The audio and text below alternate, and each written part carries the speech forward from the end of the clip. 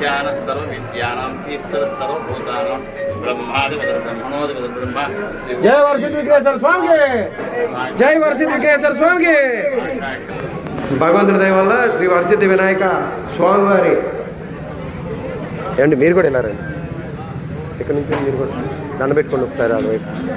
వారు ఆశీర్వదిస్తారండి. శ్రీ వర్షిత్ వినాయక స్వామివారి దయ వల్ల ఈరోజు అన్నదానానికి సహకరించిన దాతలండి హైదరాబాద్ వాస్తవ్యులు చంద్రపూడి సరోజిని గారు, అలాగే ఈ పేరు